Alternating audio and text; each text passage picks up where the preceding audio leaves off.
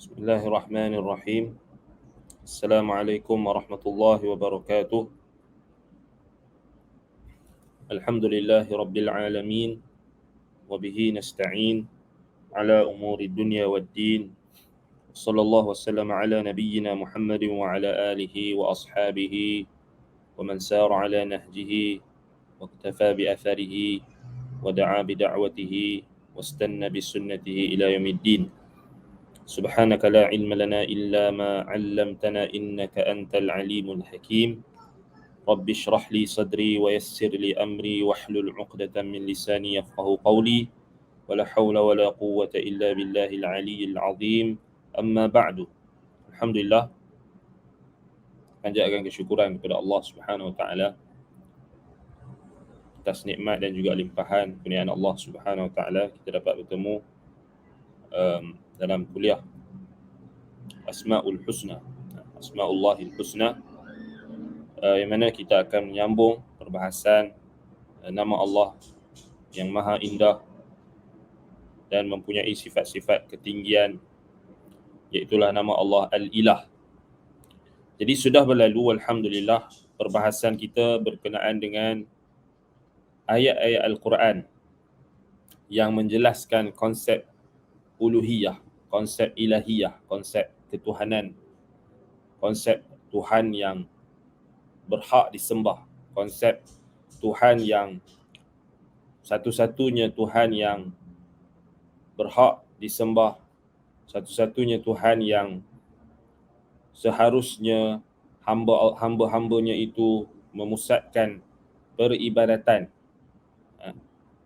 memusatkan tumpuan ibadah kepadanya semata-mata dan tidak disekutukannya dengan sesuatu apapun. Yang ada pada nama Allah Al-Ilah ini kita dah bahaskan boleh dikatakan hampir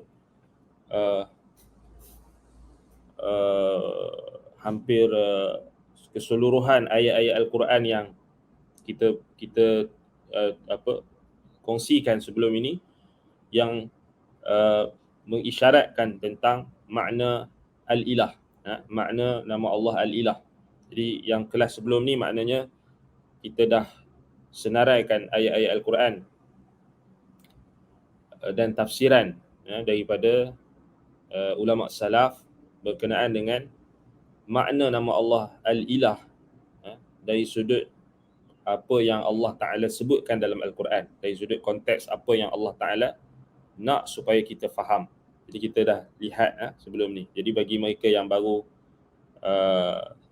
join yang kelas yang sesi kedua ni, maka diharapkan boleh membuat rujukan pada rakaman kelas kita yang sebelum ini supaya kita tidak tertinggal lah. Baik, jadi insya-Allah pada pagi ini kita akan sambung membahaskan nama Allah Al-Ilah yang kita dah bincangkan sebelum ini, ayat-ayat Al-Quran yang mengisyaratkan tentang makna Al-Ilah ini. Dan kita nak tengok hari ini adalah lebih spesifik kepada makna dari sudut yang pertama lughah, bahasa, dan juga makna dari sudut syarak. Walaupun kita dah sebut secara dalam dalam perbahasan kelas sebelum ni kita dah sentuh, kita dah isyaratkan makna itu dah ada, cuma kita perlu ulang balik dari sudut kita nak memantapkan lagi pemahaman. Jadi kita sedia maklum Al-Ilah ni kita sebutkan apa maknanya? Maknanya yang disembah. Allah Ta'ala itu yang maha disembah, yang maha dipatuhi segala suruhan dan larangannya. Dia adalah ilah, sembahan yang benar, sembahan yang berhak untuk diibadahi, yang paling benar. Dan dalam Al-Quran adanya penafian akan ilah-ilah selain Allah. Adanya penafian ilah selain Allah, antaranya apa yang Allah Subhanahu Wa Taala sebutkan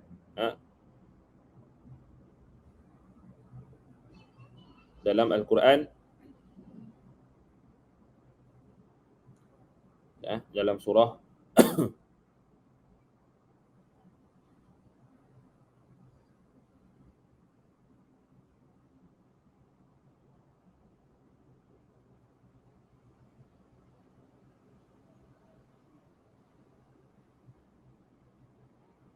dalam surah Al-Hajj ayat 62. Ini untuk kita dapat lagi pemahaman kita tentang konsep al-ilah ini, bahawasanya dalam Al-Quran Allah Subhanahu Wa Taala menetapkan ilah itu hanya dia sahaja yang layak disembah. Zalika bi anna Allah huwal haqq wa anna ma yad'un min dunihi huwal batil wa anna Allah huwal aliyyul kabir. So, dalam surah Al-Hajj ayat 62 Allah Subhanahu Wa Taala berfirman, dan demikianlah Allah dialah sahaja ilah yang benar, Tuhan yang sebenar-benarnya. Dzalika bi anna Allah huwal haqq. Sebab apa Allah Taala kata dzalika bi anna Allah huwal haqq? Allah, apa kaitan Allah dengan al-ilah? Allah, nama yang kita dah bahaskan pada perbahasan yang awal, adalah nama yang paling utama, nama Allah yang paling banyak dan paling utama untuk merujuk kepada Allah Subhanahu Wa Taala, Allah. Dan al-ilah itu adalah termasuk dalam makna umum, ataupun kita katakan nama yang lebih umum berbanding Allah. Allah itu lebih khusus, al-ilah dia lebih umum. Tetapi kedua-duanya merujuk kepada zat yang satu, Allah. Sebab tu Allah kata dzalika bi anna Allah huwal haqq. So, menunjukkan konsep ilah itu, konsep Tuhan itu, konsep tauhid yang kita kena fahami, iaitulah ilah yang benar. Wa anna ma yad'una min dunihi huwal batil. Dan apa yang diseru selainnya, apa yang disembah selainnya, maka ianya batil. Segala apa yang disembah selain Allah, mereka orang-orang musyrikin sembah, menyeru selain dari Allah, itu adalah batil. Zalika bi anna Allah huwal haqq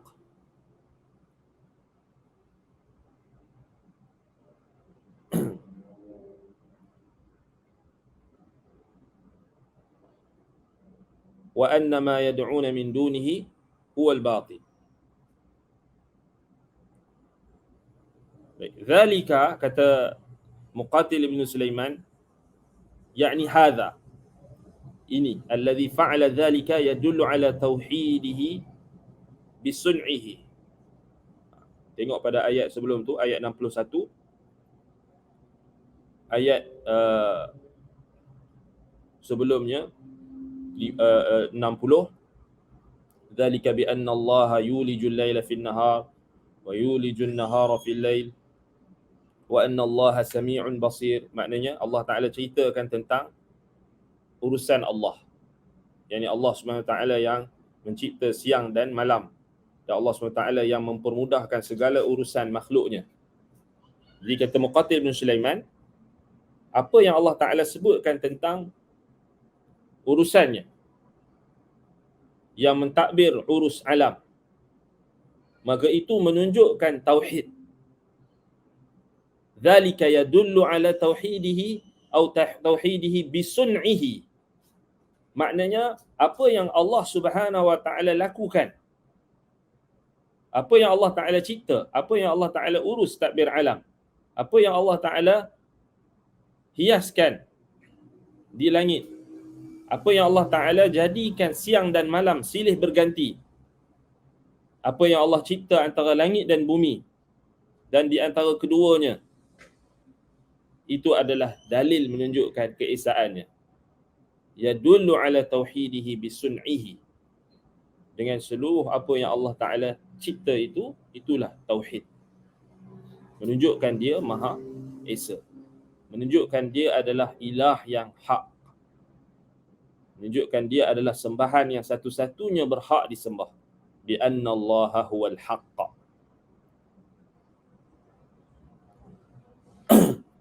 Sebab itu ulama salaf faham daripada ayat tu antara satu, kita kata salah satu ayat daripada sekian banyaknya ayat yang mengisbatkan tentang konsep uluhiyah. Konsep kita kata ketuhanan yang berhak disembah itu, Tuhan yang berhak disembah itu hanya Allah, wa annama yad'una min dunihi huwal batil. Itu poin kita. Apa yang diseru, apa yang disembah selainnya, huwal batilu. Allah kata huwal batilu maknanya apa?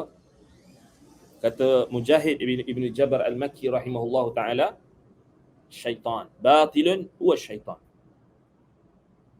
Semuanya batil belaka. Apa sahaja yang disembah selain Allah, batil. Kata Mujahid, anak murid Ibn Abbas, syaitan. Kata Al-Hasan Al-Basri rahimahullah, wa annama yad'una min dunihi huwal batilu al-awthan. Berhala. Berhala. Kata Qatadah Ibn Di'amah As-Suddusi rahimahullah, iblis. Wa annama yad'una min dunihi huwal batil, iblis. Apa yang disembah selain Allah tu maknanya iblis. Maknanya orang yang sembah selain Allah maka dia sembah syaitan. Orang yang sembah selain Allah maka dia sembah berhala-berhala. Orang yang sembah selain Allah maknanya dia sembah iblis.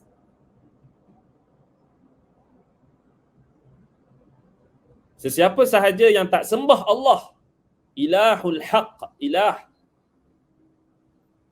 yakni yang mana dia satu-satunya yang berhak untuk diibadahi. Siapa yang tak sembah Tuhan yang ini, maknanya dia sembah syaitan. Maknanya dia sembah berhala. Atau dia sembah apa? Iblis. Abdul Malik Ibn Jurayj rahimahullah mengatakan, wa annama yad'una min dunihi huwal batil asy-syaitan. Sama juga dia.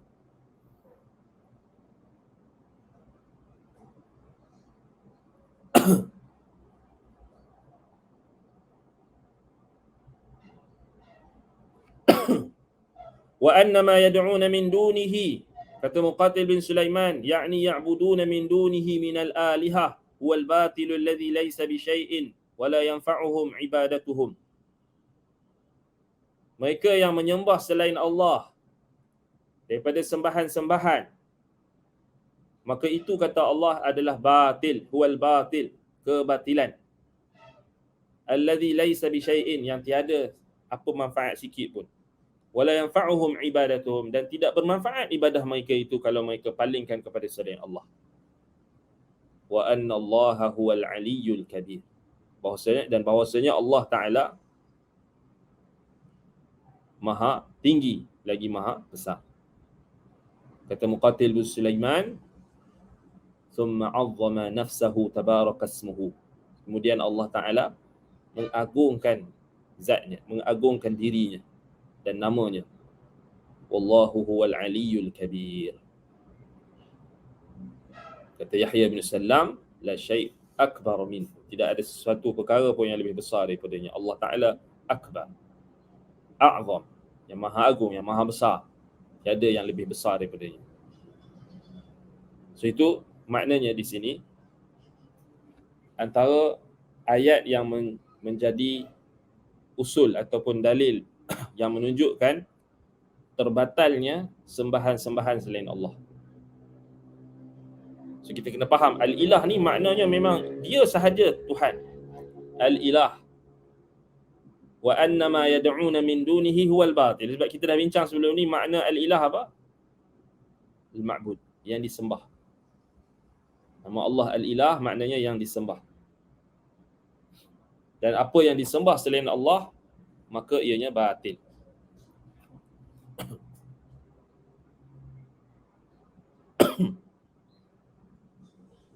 Demikian juga ulama salaf memahami kelompok-kelompok yang sesat, yang menyifatkan Allah dengan sifat yang tidak disifatkan oleh Allah di dalam Al-Quran. tidak disifatkan oleh Rasul sallallahu alaihi wasallam di dalam sunnah, seperti apa yang ditempuh oleh golongan Jahmiyah. Mereka menafikan sifat-sifat Allah. Golongan Ahlul Kalam, mereka menggunakan akal mereka yang cetek, mereka menggunakan kanun yang mereka cipta, akal-akal mereka yang terbatas, akal-akal mereka yang dangkal itu dengan kaedah-kaedah hukum akli, hukum akal yang mereka pegang, yang tidak diturunkan Allah sultan, yang tidak diturunkan oleh Allah hujjah untuk membenarkan apa yang mereka pegang itu. Tidak ada dalil daripada Al-Quran dan juga As-Sunnah, bahkan berlawanan dengan dalil Al-Quran dan juga As-Sunnah, kaedah-kaedah akal mereka itu. Qanun Al-Kulli yang dinyatakan oleh antaranya Ar-Razi di dalam Asasut Taqdis, kemudian dibantah oleh Syekhul Islam Ibn Taymiyah rahimahullah dalam kitabnya Bayan Talbis Al-Jahmiyah sebanyak 10 jilid, membantah akar-akar keraguan dalam sifat-sifat Allah Ta'ala yang dibawa oleh golongan Ahlul Kalam sebagai bentuk nasihat kepada Allah, nasihat kepada Rasulullah, nasihat kepada Al-Quran, Kitabullah, nasihat kepada kaum muslimin. Nasihat kepada Allah maknanya memperjuangkan agama Allah, mempertahankan akidah Islam. Itu nasihat lillah.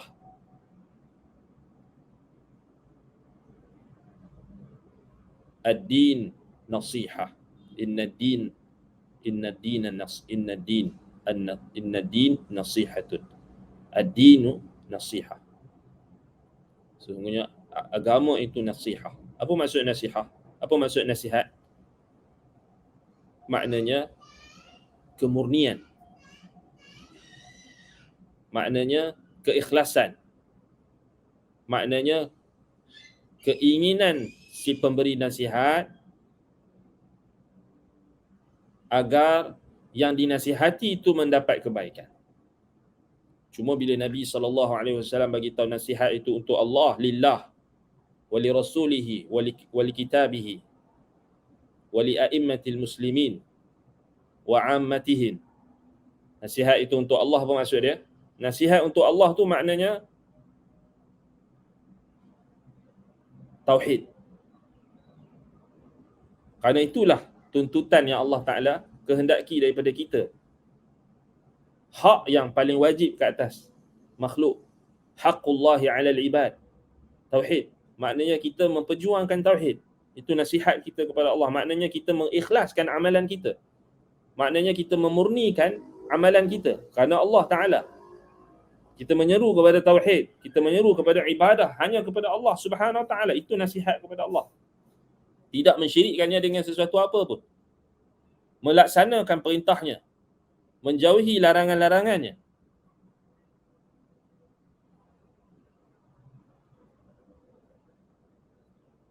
Nasihat untuk Rasul memperjuangkan sunnahnya.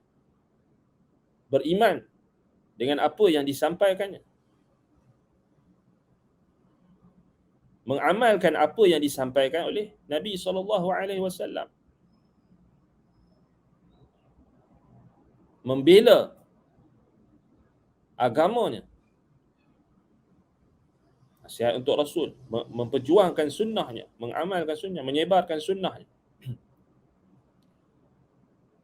Kepada pemimpin-pemimpin, maknanya menasihati mereka agar bertakwa kepada Allah, agar melazimi hak Allah ke atas mereka yang perlu mereka laksanakan kepada rakyat.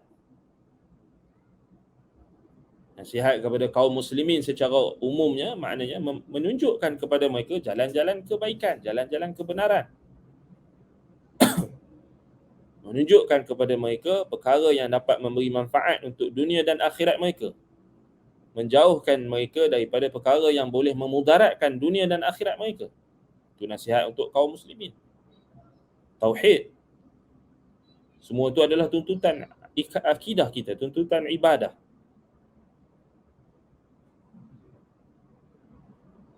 Sebab itu al-ilah maknanya al-ma'luh, yang disembah. Dan kita dah sebut banyak ayat sebelum ini, dan antara yang kita dah sebutkan tentang dalil yang menunjukkan nama al-ilah ini dalam Al-Quran. Wa ilahukum ilahun wahidun la ilaha illa huwa ar-rahmanur rahim. Wa ilahukum ilahun wahidun. Ilah kalian, ilah kamu, Tuhan yang kamu berhak sembah, satu-satunya, dia adalah ilahun wahidun, ilah yang satu. Ilah itu pun dah ada makna satu. Kemudian Allah ulang, ilahun wahidun, untuk takkid, untuk penegasan.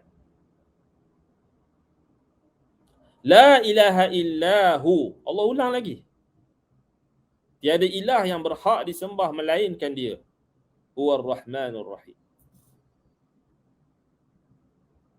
Dan sebab itulah kalau kita tengok ulama-ulama salaf, mereka memasukkan orang yang tidak faham nama Allah seperti mana yang Allah kehendaki, sifat-sifat Allah seperti mana yang Allah kehendaki, mereka mengubah makna ataupun mengubah lafaz ataupun menyerahkan makna tanpa menjelaskan makna berdasarkan apa yang telah dijelaskan oleh Nabi SAW dan para sahabatnya, mereka itu adalah golongan yang sesat. Maknanya kalau kita nak faham nama-nama Allah ni, kita tak mahu ikut sebagaimana yang Allah Ta'ala kehendaki, sebagaimana yang Rasulullah SAW tafsirkan, sebagaimana yang difahami oleh para sahabat, maknanya kita sesat. Dan Imam Abu Sa'id Uthman Ibn Sa'id Ad-Darimi rahimahullahu ta'ala dalam kitabnya Ar-Raddu 'ala al-Jahmiyah, dalam kitabnya An-Naqdu 'ala al-Bishri al-Marisi al-Anid, menjelaskan bahawa orang yang tidak mengisbatkan sifat Allah, tidak mengisbatkan nama-nama Allah dan sifat-sifatnya seperti mana yang datang daripada Al-Quran, As-Sunnah, datang daripada pemahaman sahabat Nabi, tabi'in, ulama yang ikut jalan mereka, maka dia hakikatnya telah menyembah ma'duman. Dia telah menyembah sesuatu yang tiada. Dia menyembah Tuhan yang batil. Menyembah bukan Allah. Tegas, ulama salaf dulu tegas. Maknanya orang yang kalau hampa ni tak mau sifatkan Allah macam mana Quran sifat, hampa sembah apa? Hampa tak sembah Tuhan. Itu dia maksud dia. Bahasa mudah kita kan. Hampa ni kalau sifatkan Tuhan, hampa kata Tuhan ni tidak di atas, tidak di bawah, tidak di dalam, tidak di luar, tidak. Hampa sifatkan apa? Sesuatu yang tiada, ma'dum. Sebab itu Imam Ad-Darimi rahimahullah menghukumkan orang yang tak kenal Tuhan, macam mana yang Quran cerita, macam mana yang sunnah cerita, macam mana yang sahabat Nabi faham, macam mana yang tabi'in faham, tak kenal Tuhan yang disifatkan dalam Al-Quran dan sunnah, hakikatnya dia kufur kepada Allah kerana dia tak kenal Tuhan. Dia sembah apa? Kita pun tak tahu. Serius benda ni, bukan benda yang ringan. Tengah orang masih lagi dia kata, alah, buat apa nak bergaduh sifat-sifat Allah ni? Bismillah. Kan kita ada khalaf dan salaf.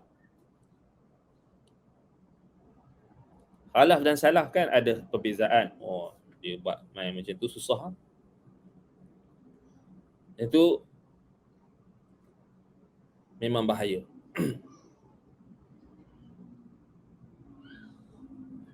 Sebab itu kalau orang yang tak faham sifat-sifat Allah, nama-nama Allah seperti mana yang Allah Ta'ala kehendaki, dia akan terkeluar daripada jalan yang lurus. Bolehkah kita dalam isu tentang Tuhan, adakah kita boleh kata, tak apa, berbeza pendapat, khilaf. Pelik tu. Macam mana khilaf pula? Kami pegang Allah Ta'ala ni Tuhan yang Allah Ta'ala sebut dalam Quran namanya Al-Ilah. Al-Ilah, dia satu-satunya yang berhak disembah. Tiada sekutu baginya, Al-Ilah. Tiba-tiba ada orang yang mendakwa Islam juga, dia kata, ada Tuhan memanglah satu, tapi dia kata Tuhan ada hamba-hambanya yang dia bagi kuasa, boleh menguruskan alam, ada wali-wali kutub, ada wali-wali sekian, ada wali-wali itu. Tuhan bagi mereka keupayaan untuk mengurus takbir alam, untuk menurunkan rezeki, untuk menetapkan rezeki. Bolehkah kita terima macam tu? Yang Quran sebut dekat kita, Al-Ilah itu satu-satunya ilah, satu-satunya Tuhan yang berhak disembah, Allah. Selain daripadanya itu batil. Tiba-tiba kamu datang, kamu kata ada Tuhan lain. Walaupun dia tak guna istilah Tuhan, dia kata, tapi dia dah isbatkan syarik. Al-isyraqu billah, maknanya ada sekutu bagi Allah. Dia mempersekutukan Allah dengan selain Allah. Maknanya dia kata Allah Ta'ala tu ada perkongsian dengan makhluk dari sudut rububiyah. Dari sudut mencipta, mengurus takbir alam. Ini ada dalam ashab Sufiyah, Batiniyah, Wahdatul Wujud, aliran-aliran sesat. Mereka berkeyakinan wali-wali itu mempunyai sifat rububiyah. Ini juga ada dalam Batiniyah, ada dalam Syiah Rafidah. Firqah-firqah yang menyimpang, menyeleweng. Yang tu yang kita kena minta kat wali. Sebab wali ni Allah bagi kuasa dekat dia untuk urus takbir alam.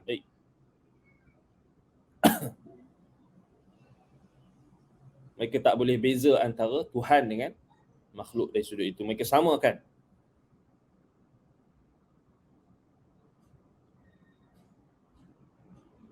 Jadi ni kita kata, bolehkah kita kata benda ni tak apa, ini perbezaan pendapat? Boleh ke? Tak boleh lah.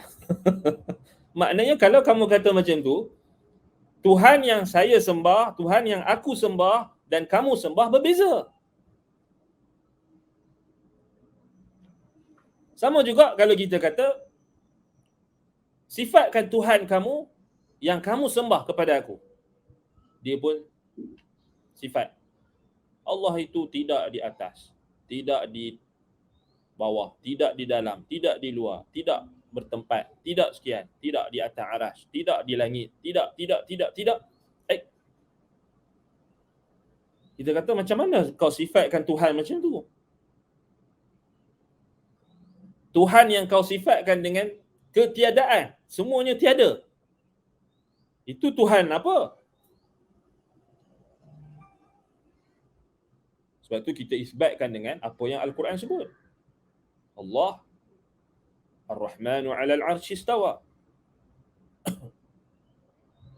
La ilaha illahu. Allahu la ilaha illahu wal hayyul qayyum. Dia ada nama-nama. La ta'khudhuhu sinatun wala naum. Dia tidak mengantuk, tidak tidur. Qul huwallahu ahad, Allahus samad, lam yalid wa lam yulad wa lam yakul lahu kufuwan ahad. Kita sifatkan macam mana yang Allah sifatkan dalam Quran. Walillahil mathalul a'la. Hal ta'lamu lahu samiyya? Bal yadahu mabsutatan.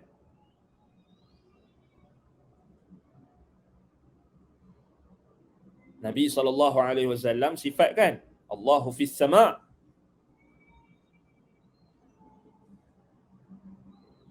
Tapi dia datang, dia kata Allah tidak ini, tidak itu, tidak ini, tidak ini. Last sekali, Allah itu ma'dum. Sebab itu kata ulama salaf, man kana ya'budu ma'duman atau man kana ya'budu 'adaman fahuwa ya'budu wathanan atau sanaman. Barang siapa yang sembah sesuatu yang tiada sifat, tiada, semua tak ada, maka dia sembah berhala. Akhir sekali dia tak tahu Tuhan. Last sekali Tuhan di mana-mana, last sekali Tuhan boleh jadi Tuhan, dia kata ada dekat mana-mana. Semua sekali Tuhan. Alam ni Tuhan, dia kata. Jadi kalau orang tu sembah patung berhala pun boleh jadi Tuhan kat situ. Tuhan dekat mana-mana, dia kata. Itu kefahaman ulama salaf. Kalau kamu tak sifatkan Allah dengan sifat yang Allah sifatkan sendiri dalam Quran dan Sunnah, maknanya kamu bukan kata ni khilaf yang apa orang panggil, orang ingat ni khilaf ringan je, ni perbezaan pendapat ulama, ni pok-pok yang datang kemudian ni tak faham. Ini khilaf antara tauhid dan syirik. Ini khilaf antara hak dan batil. Ini khilaf antara hak dan kebatilan.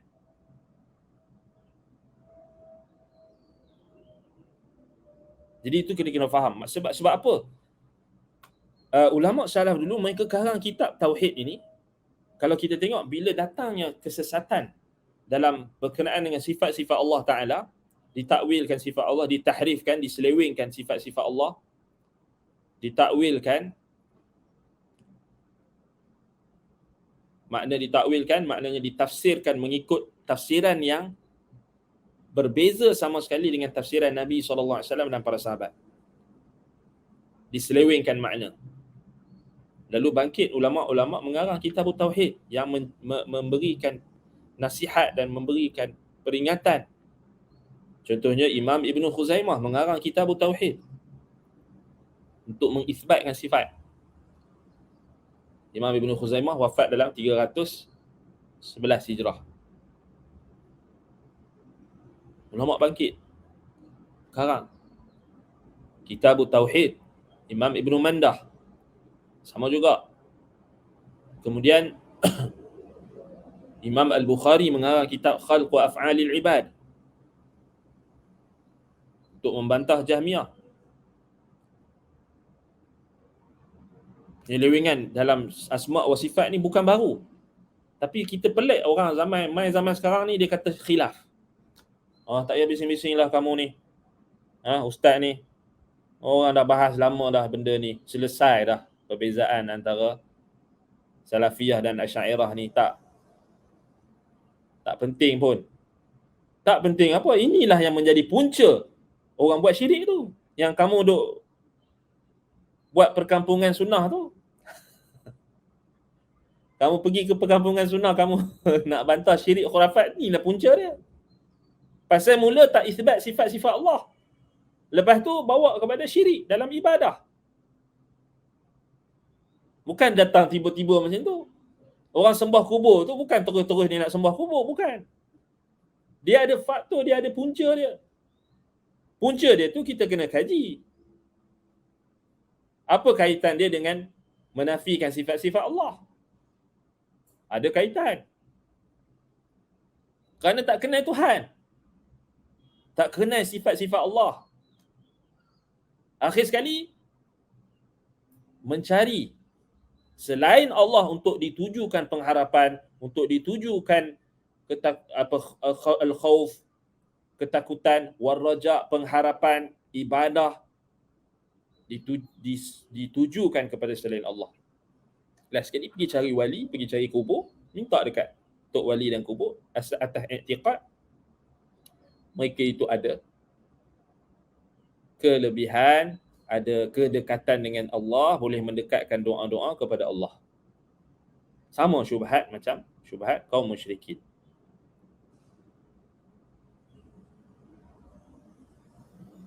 Kerana tak faham konsep uluhiyah, konsep tauhid. Lepas itu bila datang zaman yang kemudian ini berlaku penyembahan kubur, syirik dan sebagainya, bangkit ulama-ulama membantah, mengarang kitab tauhid, memberikan penekanan dalam masalah tauhid uluhiyah, antaranya ibadah. Antaranya karangan kitab yang dikarang oleh Syekh Muhammad ibn Abdul Wahhab ibn Sulaiman At-Tamimi rahimahullahu ta'ala, yang mana dalam hadis yang diriwayatkan oleh Imam Al-Bukhari daripada Abu Hurairah radhiyallahu anhu, katanya Abu Hurairah mengatakan, aku sentiasa menyayangi Bani Tamim disebabkan 3 perkara. Yang ni kita kena share kan. Pakat-pakat share kan. Jadi aku cintakan Bani Tamim ini kerana 3 perkara, kata Abu Hurairah, yang aku dengar daripada Rasulullah sallallahu alaihi wasallam. Apa dia 3 perkara yang Abu Hurairah dengar tentang Bani Tamim, kelebihan Bani Tamim? Yang pertama, kata kata Abu Hurairah radhiyallahu anhu, aku mendengar Nabi sallallahu alaihi wasallam thalathun sami'tu min Rasulillah sallallahu alaihi wasallam. Kata Abu Hurairah radhiyallahu anhu, ma ziltu uhibbu Bani Tamim منذ 3 sami'tu min Rasulillah sallallahu alaihi wasallam yaqulu fihim. Sejak daripada aku dengar daripada Rasulullah 3 perkara ini, aku sangat menyintai Bani Tamim. Yang pertama, aku mendengar Rasulullah sallallahu alaihi wasallam bersabda, hum asyaddu ummati 'ala ad-dajjal. Mereka Bani Tamim ini adalah kaum yang paling keras menentang Dajjal. Yang kedua, waja'at sadaqatuhum faqala Rasulullah sallallahu alaihi wasallam hadhihi sadaqatu qaumina. Datang harta zakat daripada mereka, kemudian Nabi sallallahu alaihi wasallam bersabda memuliakan mereka, ini adalah sadaqat, ini adalah harta zakat kaum kami. So Nabi kata Bani Tamim tu kaum aku, kaum kami. Sebab mereka daripada keturunan Ismail.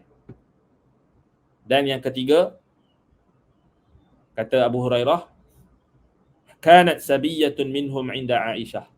Aisyah ada seorang hamba sahaya yang dia jaga, yang dia di bawah pemilikannya. Maka kata Nabi kepada Aisyah, a'tiqiha fa innaha min waladi Ismail. Bebaskan, merdekakan budak itu kerana sesungguhnya dia daripada keturunan dan Ismail, anak keturunan Nabi Ismail. Maknanya Bani Tamim ni daripada usul Nabi Ismail. Maknanya sama dengan Nabi lah, Nabi Muhammad sallallahu alaihi wasallam. Tapi orang tak cerita hadis ni pasal apa? Pasal depa nak tak mau orang kenal Syekh Muhammad bin Abdul Wahhab. Mereka nak tuduh Wahabi saja. Padahal Syekh Muhammad bin Abdul Wahhab rahimahullah Bani Tamim. Dan jelas perjuangan beliau ketika hidup beliau melawan Dajjal pada zaman beliau. Dajjalun kazzabun. Kita kena faham, sebelum Dajjal yang besar nak keluar ni, Allah Ta'ala uji kita dengan Dajjal kecil. Dajjalun kazzabun. Dajjal yang pendusta-pendusta besar ni banyak sebelum Dajjal besar keluar. Kalau kita Dajjal yang kecil ni kita tak lepas, kita mudah terpedaya. Macam mana kita nak lepas, nak selamat daripada Dajjal yang di akhir zaman? Fitnah akhir zaman. Dajjal yang akan keluar di akhir zaman. Sebab itu minta lindung daripada fitnah Dajjal. Itu tentang Bani Tamim. Syekh Muhammad bin Abdul Wahhab rahimahullah, Bani Tamim. Muhammad bin Abdul Wahhab ibn Sulaiman At-Tamimi, Bani Tamim. Bani Tamim ni bukan daripada tanah Melayu. Puak-puak Batiniyah, puak Sufiah, mereka suka lah. Puak-puak yang Nusantara ni, mereka nak divert. Mereka nak kata Bani Tamim ni apa? Melayu. Ni Melayu ni lah yang lawan Dajjal, dia kata. Bukan macam tu. Nas yang menunjukkan kepada kita Bani Tamim tu mereka daripada keturunan Nabi Ismail. Mereka daripada keturunan Nabi Ismail. Kalau nak ikut Ahlul Bait, Syekh Muhammad bin Abdul Wahhab Ahlul Bait juga. Dari sudut sampai ke keturunan Nabi Ismail. Kenapa kamu selektif? Kamu menghentam Syekh Muhammad bin Abdul Wahhab. Kamu mengangkat orang-orang yang musyrik, orang-orang yang menentang agama Allah. Kamu mempelekehkan ulama ahli tauhid, ulama ahli sunnah. Itu kerana hawa nafsu lah. Itu contoh apa kita kata antara kelebihan Bani Tamim yang sahih dalam Sahih Al-Bukhari. Baik. Jadi bangkit ulama-ulama seperti Syekh Muhammad bin Abdul Wahhab rahimahullah menjelaskan tentang konsep uluhiyah, konsep ilah dalam kitabnya Kitabut Tauhid, alladhi huwa haqqullahi 'alal 'abid. Tauhid yang menjadi hak Allah ke atas para hamba. Inilah konsep tauhid yang kita kena faham daripada nama Allah Al-Ilah itu. Begitulah juhud ulama yang datang kemudian untuk menjelaskan tentang maksud tauhid tu. mengarang kitab. Yang mana sebelumnya ulama-ulama yang sebelum itu mengarang dari sudut nama-nama Allah, sifat Allah yang diingkari oleh golongan-golongan yang menyeleweng. Baik, wa ilahukum ilahun wahidun la ilaha illa huwar rahmanur rahim. Itu dalil dalam surah Al-Baqarah ayat 163. Yang kita dah sebutkan sebelum ni, dalil sangat banyak nama-nama Allah daripada Al-Quran ini yang kita kata nama Allah Al-Ilah itu. Makna Al-Ilah ni dari sudut bahasa, kita dah sebut sebelum ni secara umum. Makna kita nak tengok yang sekarang yang kita nak bincangkan ini, iaitulah Al-Ilah daripada isim maf'ul, Al-Ma'luh. Maknanya Al-Ma'bud. Alladhi ta'allihu atau ta'allahu al-qulub, ay tuhibbuhu wa tadhullu lahu atau tudhillu lahu. Wa aslu ta'alluh at-ta'abbud. Asal bagi makna ta'alluh, ilah itu adalah ta'abbud, menyembah, pengabdian, peribadatan. Baik. Kemudian makna syar'i. Makna bahasa tu kita boleh buka dalam kitab seperti Lisanul Arab, Ibnu Manzur, Imam Ibnul Qayyim ada sebutkan maknanya dari sudut bahasa itu dalam kitabnya Madarijus Salikin. Itu untuk siapa yang nak merujuk dengan lebih terperinci. Kemudian makna dari sudut syarak. Al-Ilah ini kita dah bincangkan sebelum ni, kita bawa ayat-ayat Quran kan. Kalau kita faham ayat-ayat tu, sebenarnya kita dah dapat kunci untuk faham. Baik, makna Al-Ilah ni dari sudut lafaz atau dari sudut istilah syarak ada 5. Sebenarnya yang kita baca ayat-ayat Quran tu dah tak lari dah. Ana sengaja kelas yang sebelum ni ana bawa ke ayat-ayat Quran banyak kan. Siapa yang sempat catat, siapa yang tak sempat catat dia ejah-ejah lah. Kena usaha sikit lah kalau nak buat catatan kan. Sebenarnya kita ni ada rakaman ni, kita gunakan manfaat lah. Kalau dah ada rakaman tu maknanya kita ulang-ulang dengar. Kalau kita nak catat, nak buat nota, tak ada masalah.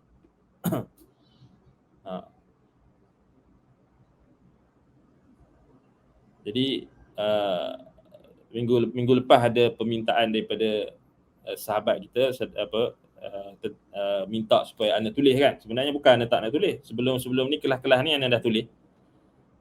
Cuma kita ada kekangan dari sudut teknikal.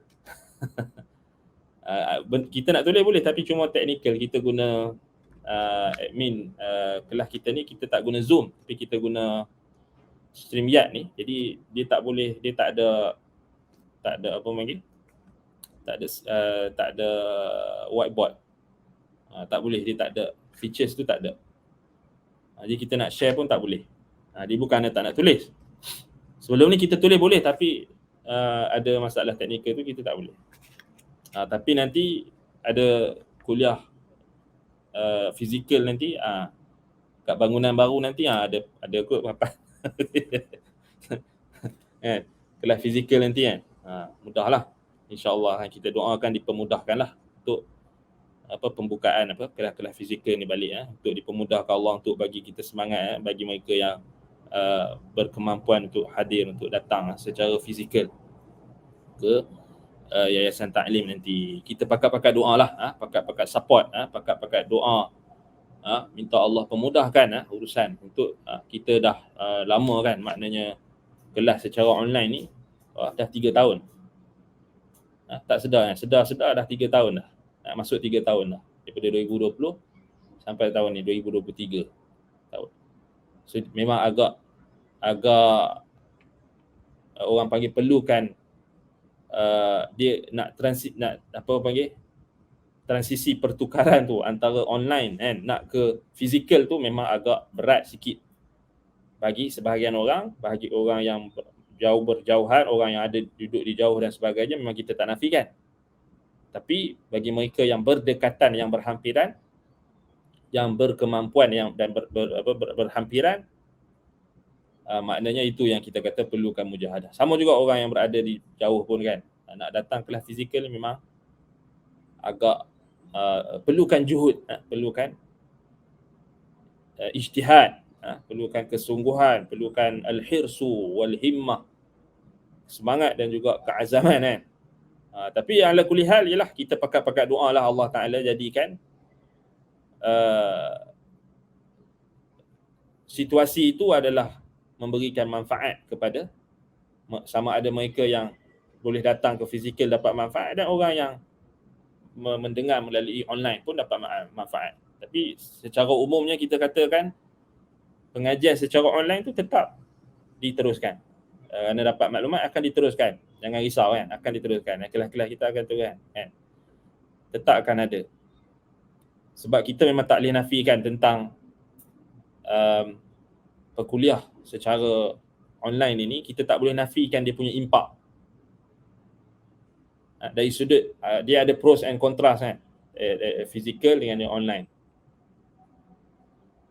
Tapi untuk menyebarkan ilmu di saat ini, di saat ahlul bidah wal ahwa menggunakan medium-medium online ni, tiba-tiba kita nak ke belakang.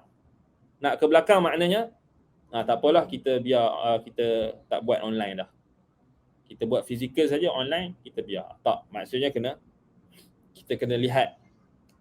Kita kena ke depan lah. Maknanya kalau ahlul bid'ah duk buat majlis-majlis bid'ah mereka tu dengan online, orang-orang sesat kan. Hari ni tengok Tok Bomoh pun buat Facebook live. Tiba-tiba kita ajar tauhid tak mau buat live, tak mau buat online kan. Kita ke belakang. Tok Bomoh zaman sekarang pun buat online. Tiba-tiba ahli tauhid dia kata tak mau. Itu agak tak kenalah kan kalau kita terus nak membatalkan terus maknanya kelas online tu kan. Tak boleh lah, maknanya agak kita kata tidak maknanya kita ke belakang balik. Orang kita tak nafikan kelas fizikal tu bagi orang yang berhampiran kan. Yang berhampiran dengan yang taklim yang dekat dan orang yang ada kemampuan untuk datang hati itu memang digalakkan. Sebab memang ana tak nafikan, ana pun tengah fikir macam mana nanti kelas fizikal nanti. Memang kita tengah macam-macam lah sekarang kan, maknanya kekangan, keuangan, orang mau macam-macam. Kita kata kita nak harapkan orang mai kelas kita fizikal tu penuh pun susah sekarang. Ana buat kelas fizikal ana yang dekat beberapa tempat kan. Memang kita nak harapkan ahli tauhid, ahli sunnah ni memang penuh kan. Semua orang datang tu memang mustahil. Mustahil. Kecuali kalau kita buat benda pelik. Kalau nak penuh ni mungkin kena menyanyi ke. Wal'iyadzubillah. Kan? Mungkin kena buat benda pelik-pelik sikit baru orang datang ramai. Tapi kalau mengajar Quran dengan sunnah, selalunya nak harapkan ramai orang datang tu susah sikit. Basically.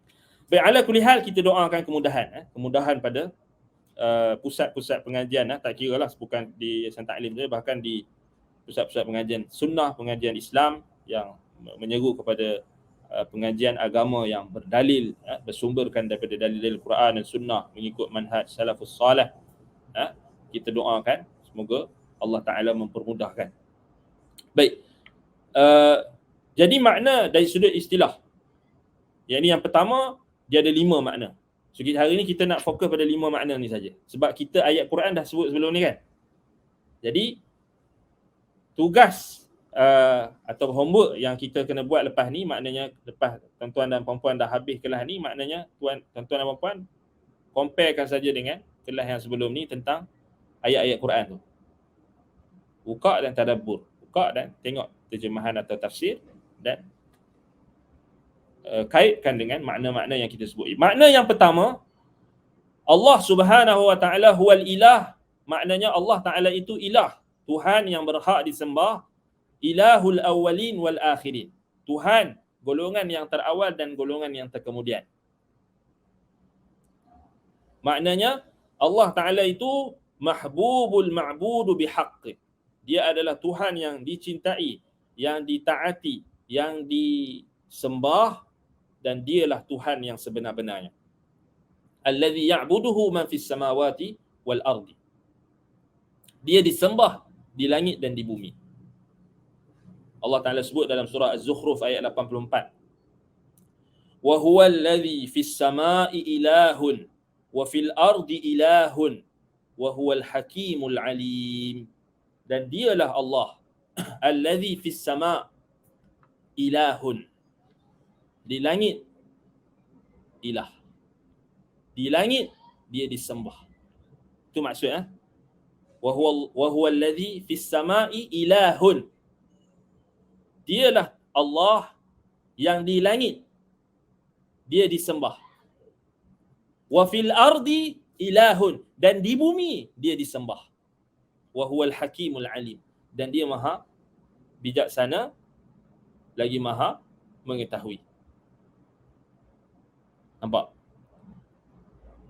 Kalau kita tak faham ilah itu makna yang disembah, confirm sesat. Sebab apa?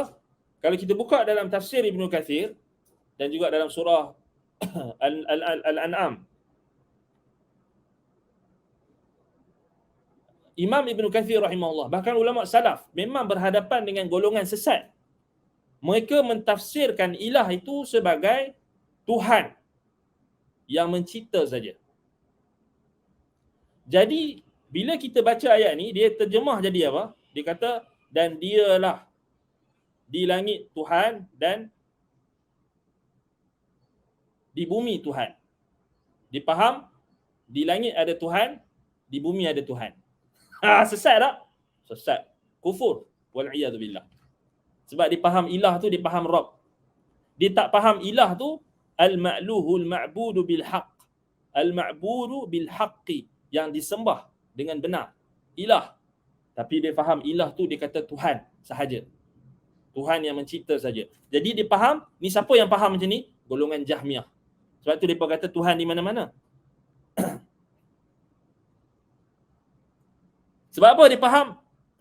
Dia kata wa huwal ladzi fis sama'i ilahun wa fil ardi ilah. Dia terjemah harfi. Dia kata dialah di langit Tuhan, di bumi Tuhan. Dia kata jadi di langit ada Tuhan, di bumi ada Tuhan. Tuhan ada di mana-mana. Nampak? Sesat tak? Sesat. Bukan maksud itu. Ayat ni bukan maksud macam tu. Ayat ni maknanya Allah kata, dialah yang disembah di langit. Disembah di langit siapa? Malaikat-malaikat. Yang ada 7 petala langit tu ada malaikat. Ada makhluk-makhluk langit yang kita tak tahu. Ada malaikat-malaikat Allah. Di setiap lapisan langit tu ada malaikat. Ada makhluk-makhluk Allah yang kita tak tahu. Malaikat sampailah ke langit yang ke-7. Sampailah ke Baitul Ma'mur. Maknanya wa huwa alladhi fis sama'i ilahun, maknanya dialah Tuhan yang di langit dia disembah.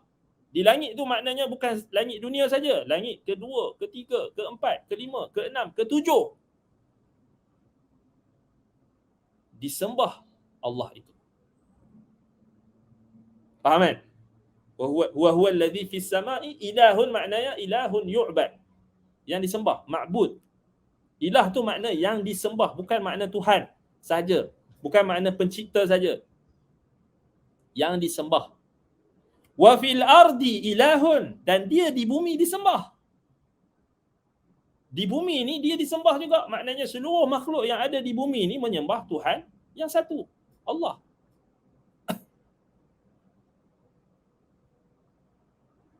Sebab tu Nabi SAW bezakan antara Kaabah di bumi dan Kaabah di Baitul Ma'mur. Kaabah di Baitul Ma'mur iaitulah kiblat untuk Ahlus Samawat, yakni penduduk langit. Ini malaikat-malaikat. Mereka masuk ke Baitul Ma'mur, rumah Allah yang mereka datang ke situ, 70,000 malaikat masuk di kawasan Baitul Ma'mur itu dan tidak keluar dah. Dan ditambahkan lagi dengan 70,000. Maknanya nak bagi tahu besarnya malaikat dan besarnya alam ini. Makhluk-makhluk Allah yang sembah Allah ni. Malaikat-malaikat. Dan di bumi ada Kaabah.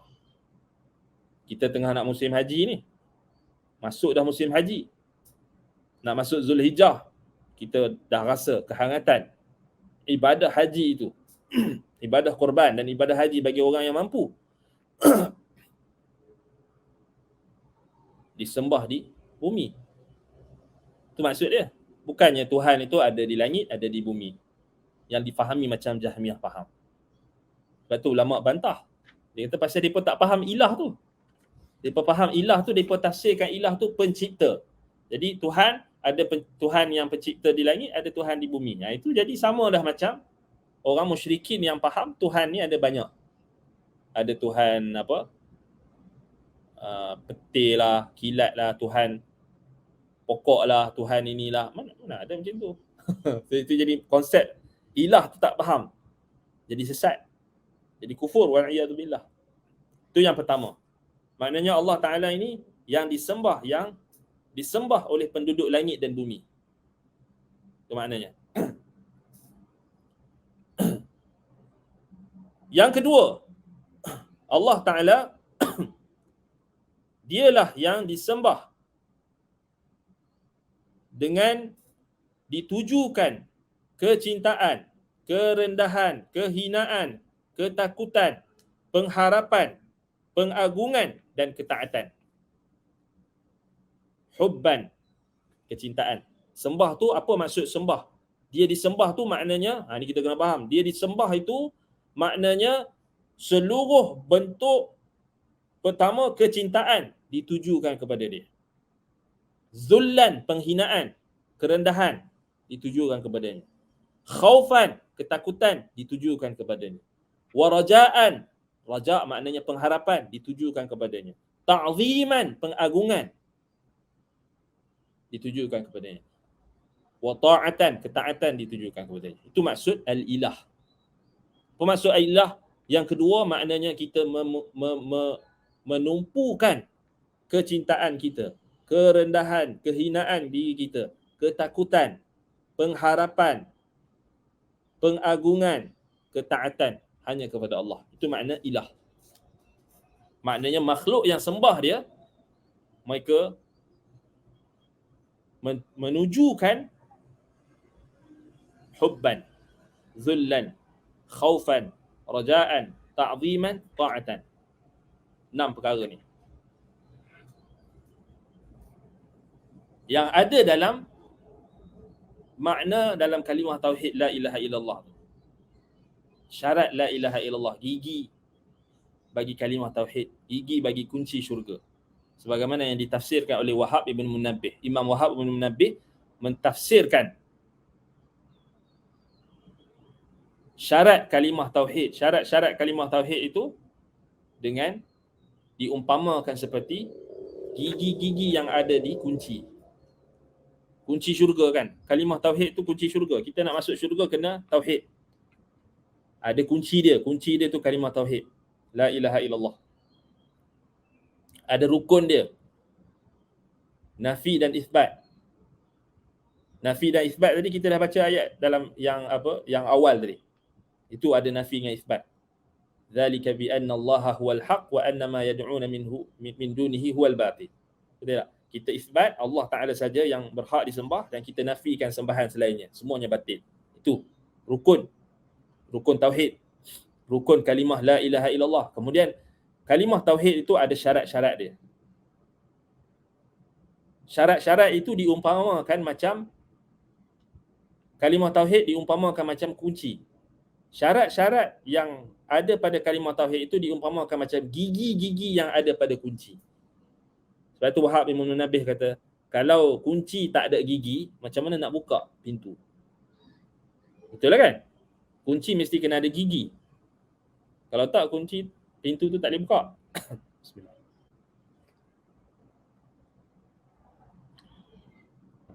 Itu syarat-syarat la ilaha illallah. Kena belajar. Sekarang ni boleh search, boleh cari kunci-kunci syurga ataupun syarat kalimah tauhid, syarat la ilaha illallah, kan cari. Ada berapa? 7. Sebahagian ulama kata 8, tapi ada 7. Itulah nak merealisasikan makna ilah.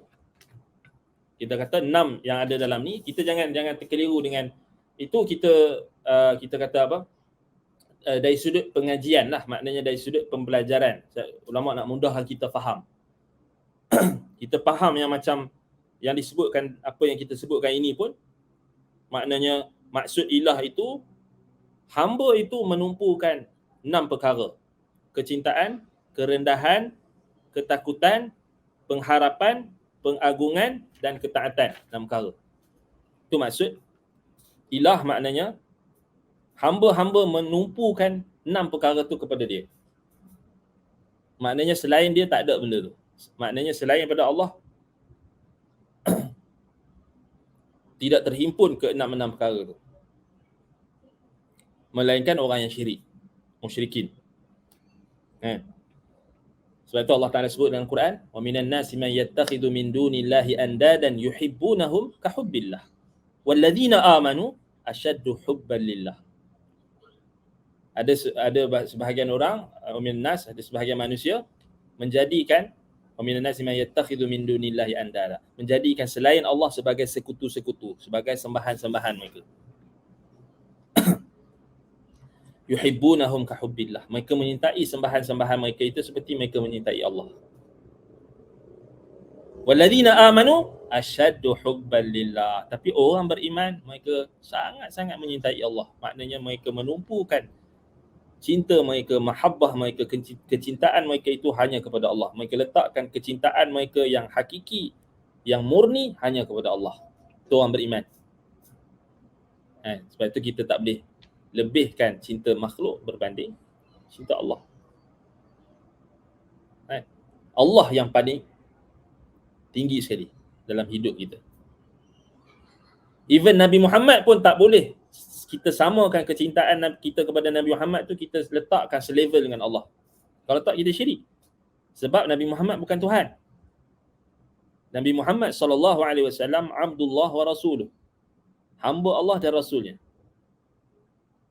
Maknanya still dalam kamus kehidupan kita, Allah itu yang paling tinggi. Allah, Tuhan kita.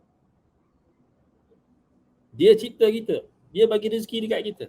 Dia uruskan urusan kita. Dia pemudahkan urusan kita. Dia berikan apa yang kita perlukan. Dia mendengar permintaan kita. Dia mendengar rintihan kita. Dia memakbulkan permintaan kita. Memakbulkan hajat kita. Allah, Rabbuna wa Rabbu abaina al-awwalin. Allahu ilahuna, ilahul awwalin wal akhirin. Allahu Rabbuna wa Rabbul malaikah wa Rabbu Jibril wa Rabbu Mikail wa Rabbu Muhammad wa Rabbu Musa wa Rabbu Ibrahim wa Rabbu Adam. Ilahu Musa wa ilahu Harun wa ilahu Isa wa ilahu Muhammad. Allah itu sembahan Musa, sembahan bagi Harun, sembahan bagi Adam, sembahan bagi Ayub, sembahan bagi Muhammad. Tuhan yang disembah satu-satunya. Wa ilahukum ilahun wahidun. Kamu itu Tuhan yang satu. Sembahan kamu itu sembahan yang satu. Jadi, macam mana kita boleh tergamak jadikan hak uluhiyah, hak peribadatan tu kita bagi kepada makhluk? Tak boleh. Sampai letakkan Nabi Muhammad tu setara dengan Allah. Kufur. Syirik. Kan? Even Nabi Muhammad pun kita tak boleh cinta lebih daripada Allah. Allah dulu pada Tuhan kita. Selepas itu barulah Nabi Muhammad SAW, Allah perintahkan kita untuk cinta Nabi Muhammad dengan ikut sunnah dia. Selepas itu, Nabi Muhammad tu yang kedua. Yang pertama Allah. Puak-puak ghulat, puak-puak pelampau-pelampau sufi, batiniah dan sebagainya, mereka Allah tu sama dengan tu Nabi Muhammad. Nabi Muhammad tu Allah. Tak ada beza. Ini kufur lah. Minta pun dekat Nabi Muhammad. Dia tak faham konsep uluhiyah, konsep ilah tadi. Nama Allah, al-ilah. Yang ketiga, Allah Ta'ala lah yang disembah seluruh makhluknya. Insuhum wa jinnuhum, natiquhum wa bahimuhum, Allah Ta'ala disembah oleh seluruh makhluknya. Manusia ke, jin ke, yang boleh bertutur kata ke, ataupun bahimah ke, binatang-binatang ke, semuanya sembah Allah. Tu secara ringkasnya kita kata semua makhluk sembah Allah. Dalam Quran punya banyaklah dalil yang menunjukkan apa? Semua makhluk itu menyembah Allah. Dan Allah Ta'ala sebut dalam surah apa dia?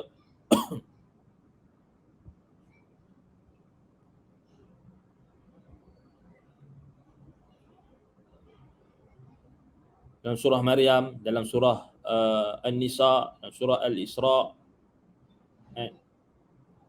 banyak ayat-ayat yang mengisyaratkan tentang dan memberikan pemahaman yang jelas semua makhluk itu hamba Allah. Dalam erti kata ubudiyah ammah. Jadi kita kena faham peribadatan ataupun pengabdian, perhambaan yang umum. Termasuk orang kafir pun hamba Allah. Cuma dari sudut syarak, dari sudut syariat mereka tak sembah Allah. Dari sudut qadar, dari sudut takdir, dari sudut kauni, mereka itu hakikatnya tunduk dan patuh pada sistem yang Allah Ta'ala jalankan. Faham tak? Maknanya seluruh alam ini di bawah kekuasaan Allah. Jadi semuanya hamba Allah. Semuanya hamba Allah. Dalam erti kata kauni, qadari. Dari sudut pandang kauni qadari, ketetapan Allah secara sejak azali. Tak ditengok dari sudut syarak. Dari sudut syariat, orang musyrik, orang kafir dia tak sembah Allah. Jadi dia bukan hamba Allah yang hakiki. Itu maksud dia.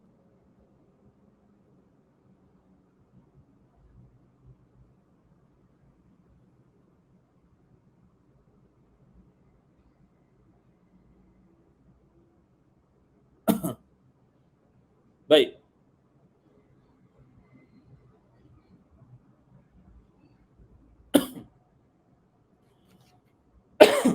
Itu yang ketiga. Masuk binatang, termasuk seluruh makhluk ciptaan Allah semuanya. Maksud mereka hamba Allah, mereka sembah Allah, maknanya mereka tunduk dan patuh dalam sistem yang Allah Ta'ala jadikan. Kita tak boleh keluar daripada apa yang Allah Ta'ala tetapkan. Jadi semua hamba, makhluk dan ma'bud, makhluk dan ibad, hamba. Baik. Yang keempat, makna al-ilah, maknanya wa huwa alladhi tatahayyara al-qulub 'inda at-tafakkuri fi 'azamatihi subhanahu wa ta'jizu an bulughi kunhi jalalihi. Dialah Allah yang hati-hati hamba-hambanya itu menjadi kehairanan apabila memikirkan tentang keagungannya dan lemah untuk mencapai hakikat sifatnya. Hakikat Allah itu. Ini disebutkan sebahagian ulama, maknanya Allah Ta'ala ini kita tak mampu nak capai dengan pemikiran kita. Tak mampu nak capai dengan akal kita. Dalilnya Allah Ta'ala sebut dalam surah An-Najm, wa annahu wa anna sa'yahu sawfa yura thumma yujzahu al-jazaa'a al-awfa wa anna ila rabbikal muntaha. Wa anna ila rabbikal muntaha, kata Imam Ibn Jarir At-Tabari rahimahullah, wa anna ila rabbika ya Muhammad intihau jami'i khalqihi wa marji'ihim. Maknanya Allah Ta'ala itu adalah kemuncak bagi seluruh amalan para hamba. Seluruh makhluknya itu tertumpu kepadanya. Sabit daripada sebahagian sahabat Nabi dari kalangan dan juga ulama salaf, antaranya daripada Sufyan Ats-Tsauri, Muqatil bin Sulaiman, Ubay bin Ka'ab, Ibnu Abbas, wa anna ila rabbikal muntaha, maknanya la fikrata fi rabbi. Kita tak mampu nak fikir tentang Tuhan. Kita tak mampu, akal kita ni tak mampu nak capai hakikat Tuhan. La fikrata fi rabbi. Tak boleh kamu nak fikir tentang Tuhan. Sebab tu datang riwayat daripada Ibn Abbas yang disahihkan ulama-ulama akidah, antaranya Al-Imam Abul Qasim Al-Asbahani dalam kitabnya Al-Hujjah fi Bayanil Mahajjah. Lafaz hadis tersebut, tafakkaru fil khalqi wa la tatafakkaru fil khaliqi fa innakum la taqdiruna. Berfikirlah kalian tentang ciptaan Allah, makhluk Allah. Jangan kalian berfikir tentang Allah. Jangan kalian berfikir tentang pencipta Allah. Fa innakum la taqdiruna. Kerana kalian tak mampu nak capai. Maknanya kita tak boleh fikir tentang zat Tuhan. Sebab kita tak pernah tengok Allah. Kita tak boleh bayangkan, tak boleh. Sebab tu daripada dalil-dalil inilah para ulama mengistinbatkan, maknanya haram untuk kita memikirkan dan membayangkan tentang Allah. Haram. Tapi apa yang boleh kita buat adalah kita menelaah dan meneliti ayat-ayat kekuasaan Allah, tanda-tanda kekuasaan Allah, sama ada tanda-tanda yang Allah Ta'ala tunjukkan di alam ini ataupun tanda-tandanya yang bentuk syariat dalam Quran dan juga As-Sunnah. Itu tak apa. Kita fikirkan tentang ayat Ar-Rahmanu 'alal 'arsy istawa, kita fikirkan tentang apa makna arash, apa keagungan arash, apa ciri-ciri arash, apa sifat-sifat arash yang diceritakan dalam Quran, dalam Sunnah. Itu harus. Itu bukan kita fikirkan tentang Tuhan, tapi kita fikir tentang makhluk Allah. Harus. Kita baca riwayat-riwayat tentang malaikat Allah. Nabi cerita malaikat Jibril ada 600 sayap. Sayapnya itu apa dia? Sangat cantik. Kita tak boleh bayang kan, tapi Nabi bagi tahu. Nak bagi tahu boleh kita berfikir pada perkara yang Nabi bagi tahu tu, maknanya kita bukan nak bayangkan, tapi kita nak rasa macam mana keagungan makhluk Allah yang menunjukkan Allah itu azim, maha besar, maha agung. Itu tak salah. Maknanya itu termasuk dalam kita berfikir tentang makhluk Allah. Bukan kita fikir tentang Allah. Tapi puak Jahmiyah, arash pun dia tak mau. Dia tak mau bagi orang awam faham. Dia kata arash ni makhluk, semua makhluk lah. Arash ni tak ada sifat. Arash ni bukan makhluk yang berjasad, bukan. Pasal dia takut lagi. Dia kata boleh samakan Tuhan dengan makhluk. Apa saya pula? Quran cerita pasal arash. Nabi SAW cerita pasal arash. Apa saya kamu kata tak boleh pula?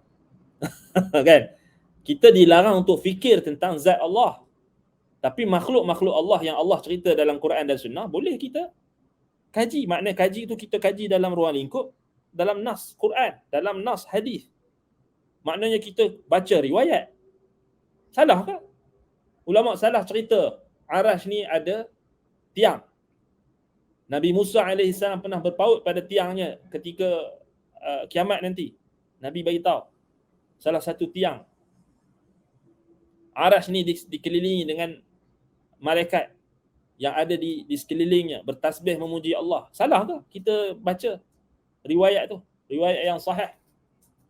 Arash itu di atas lautan raya. Wa kana arshuhu 'alal ma'. Quran sebut. Salah ke kita nak faham, kita buka tafsir, kita nak faham, salah ke? Tak salah, kerana itu makhluk Allah. Yang salah bila kita nak cuba fikir tentang Allah. Zat Allah yang tu tak boleh. Sebab itu kata para ulama, makna al-ilah tu kita tak mampu nak capai zat Allah. Kita tak mampu nak capai hakikat Allah tu. Kerana dia Tuhan. Tetapi Allah Subhanahu Wa Ta'ala tidak menzalimi hamba-hambanya. Allah turunkan Al-Quran, Allah utuskan Rasul. Menceritakan tentang sifatnya.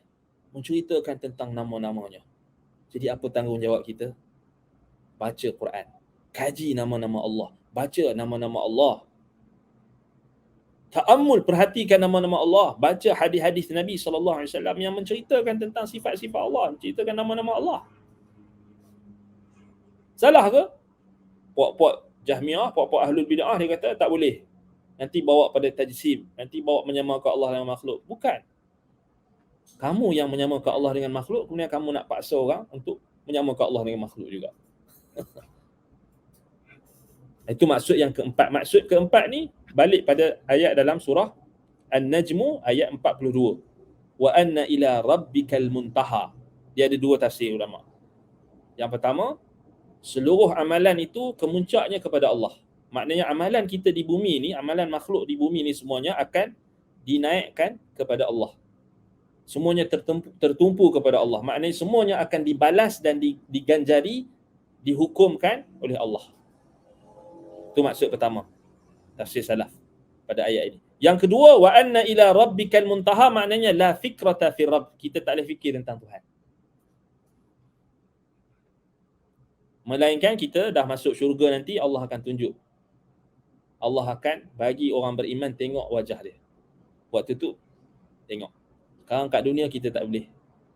Kita kena buat apa? Beriman, beramal, salat, zakat, mengaji, menuntut ilmu, buat baik, jaga salat, jaga perintah-perintah Allah, jaga batasan-batasan Allah. Buat apa yang Allah suka. Allah sebut dalam Quran ketaatan yang Allah suka. Jauhi apa yang Allah larang. Takutkan Allah, tawakal kepadanya, beribadah hanya kepadanya. Maka kita akan dapat tengok Allah nanti. Dah tak perlu fikir dah.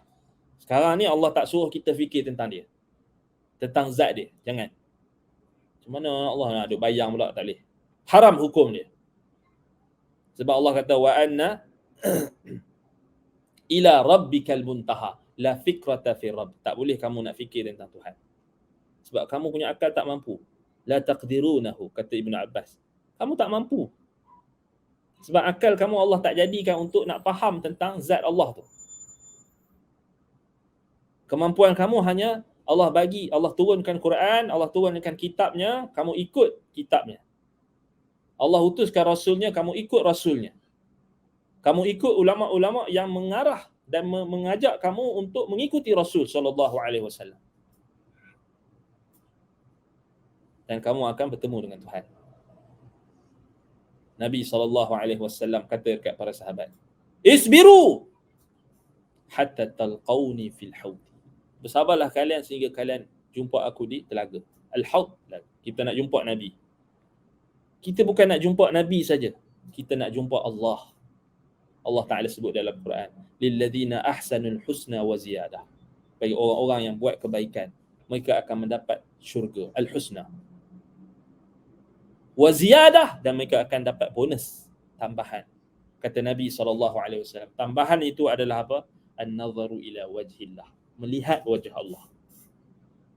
Sebab itu Nabi SAW doa, minta, Allahumma inni as'aluka ladzatan nazari ila wajhik wa syauqan ila liqa'ik. Ya Allah, aku memohon kepadamu kelazatan melihat wajahmu dan kerinduan untuk bertemu denganmu. Nak tengok Tuhan, buat amal. Itu yang Allah perintah, bukan kita fikir tentang Tuhan. Fikir tentang Tuhan, apa yang Allah turunkan Quran, Quran cakap macam tu, kita ikut. Hak tu boleh. Baca Quran, ayat-ayat sifat. Beriman. Bukan berfikir di luar batasan. Kalau tak, rosak. Itu yang keempat. Yang kelima, Allah Ta'ala itulah dia yang disembah, ditauhidkan, tidak ada sekutu baginya. La ilaha illa anta. Yang ni kelima ni balik pada makna yang kita rangkumkan semuanya tadi. Maknanya apa yang kita sembah Allah ni kerana Allah Ta'ala itu adalah Tuhan yang maha sempurna. sempurna dalam rububiyahnya, sempurna dalam uluhiyahnya, sempurna dalam asma' wa sifat, nama-namanya dan sifat-sifatnya. Dan semua ibadat kita yang kita laksanakan, ibadat ni apa yang Allah kata nama yang menghimpunkan apa yang Allah cinta dan apa yang Allah redha. Itulah ibadat. Apa sahaja yang Allah kata dalam Quran dan sunnah, dia suka, dia cinta benda tu, maka itu ibadat. Jadi yang kelima ni maknanya merangkumi semua. Makna yang kita sebutkan tadi, apa yang ilah, al-ilah tu maknanya kita kena nampak kita ni sebagai hamba, kita kena buat apa? Maknanya kita kena realisasikan peribadatan. Bila kita tahu nama Allah al-ilah tu bukan semata-mata nama Allah yang tidak ada makna, ataupun nama Allah yang kita kata ada kena teka-teki dulu ke, kena puzzle ke apa ke, tak. Nama Allah yang suruh kita terus beramal. Al-ilah tu bila kita dengar nama Allah al-ilah, terus kita faham. Satgi pukul berapa satgi masuk waktu zuhur, kita wajib pergi solat zuhur. Al-ilah, bila kita sebut ilah, kita sebut nama Allah ilah, ilahi, ya ilahi. Bila sebut ilah, kita tahu bahawasanya nama Allah ini, kita dengar nama ni, kita baca nama ni, ia menuntut kita supaya beribadah. Habis kelas ni kita buat apa? Masing-masing ada yang nak pergi kelas lain, ada yang nak pergi ambil anak ke apa ke, nak apa, bawa anak berjalan ke apa, nak pergi kenduri ke, apa sahaja yang kita buat semuanya ibadah.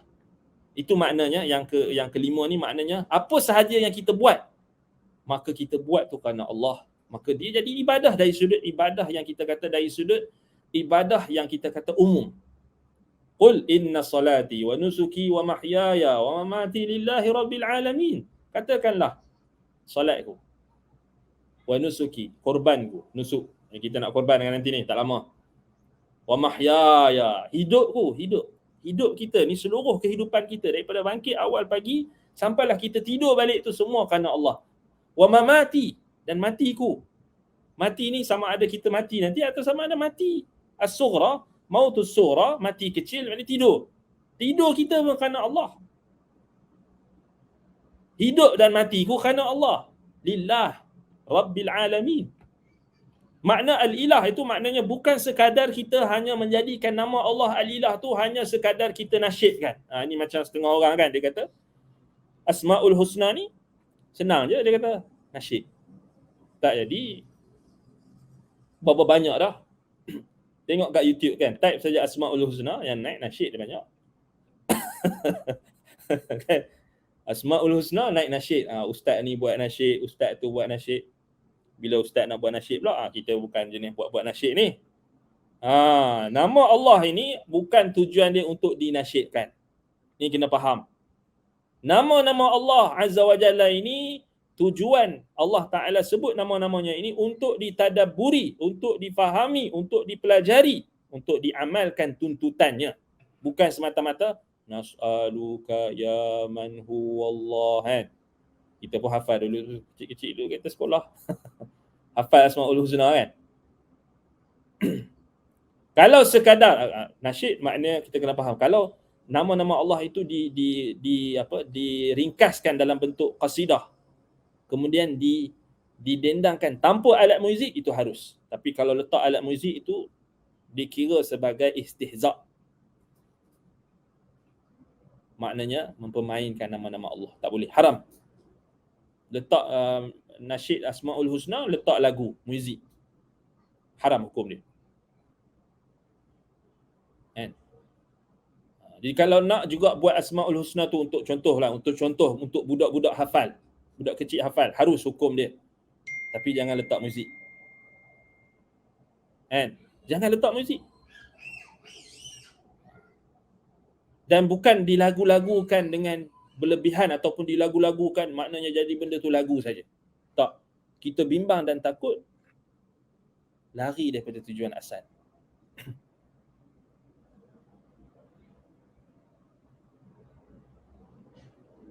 Sebab itu kita tengok Asmaul Husna ni sebahagian orang dia jadikan, ada sebahagiannya jadikan tangkal saja. Letak tampai dekat rumah. Tapi bila kita pergi rumah dia, Asmaul Husna bagus. Tanya dia apa maksud ilah, tak tahu. Letak Asmaul Husna, bagus dah. Sebelah dia letak poster wali. Letak poster Habib, letak poster gambar ulama dia. Sebelah tu nama Allah. Asmaul Husna. 99 nama Allah. Sebelah tu dia letak gambar ulama. Macam mana ni? Tanya dia apa maksud ilah, tak faham. Ilah tu Tuhan. Ini kita tak faham. Tapi kebanyakan orang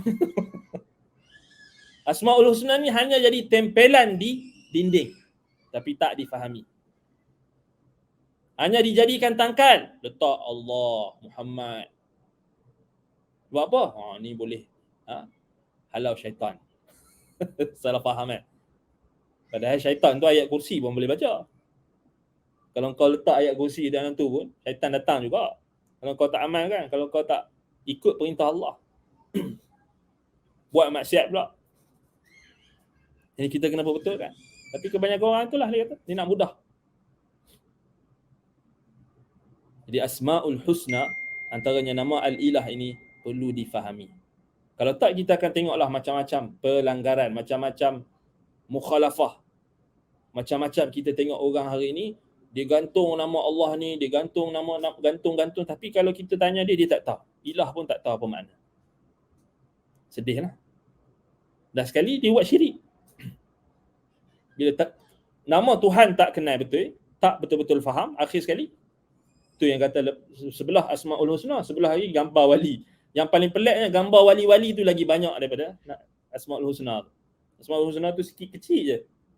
Hak wali-wali tu paling besar gambar dia. Sebenarnya tak diperintahkan pun untuk gantung. Nama-nama Allah pun tak diperintahkan untuk gantung. Asmaul Husna, nama-nama Allah ini, kita gantung dia dalam hati kita. Maknanya kita faham. Kita hayati. Kita pelajari. Jangan bosan belajar nama-nama Allah ni. Jangan bosan. Ni ilmu yang paling mulia. Sebab ilmu tentang Tuhan kita. Jangan bosan. Cerita tentang Tuhan je. Cerita tentang Allah. Hari ni kita tengok orang bukan nak cerita tentang Allah. Orang cerita tentang berapa income kamu. Berapa anak kamu. Orang tayang dia punya aset. Orang cerita pasal anak dia. Orang cerita pasal harta benda. Orang nak cerita pasal Allah. Cuba buka lah media sosial. Adakah orang nak cerita tentang Allah hari ni? Jujur cakap. Ada tak orang nak bincang tentang nama Allah zaman sekarang? Ramai ke atau sikit? Ramai orang cerita pasal apa? Bisnes, harta benda, makan apa. Orang-orang agama pun termasuklah.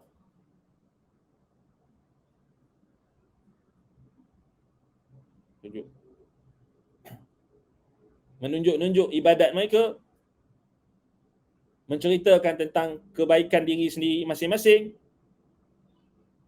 menipu tu scam orang, berlakon, tipu orang dengan berlakon, meraih simpati orang dengan menipu,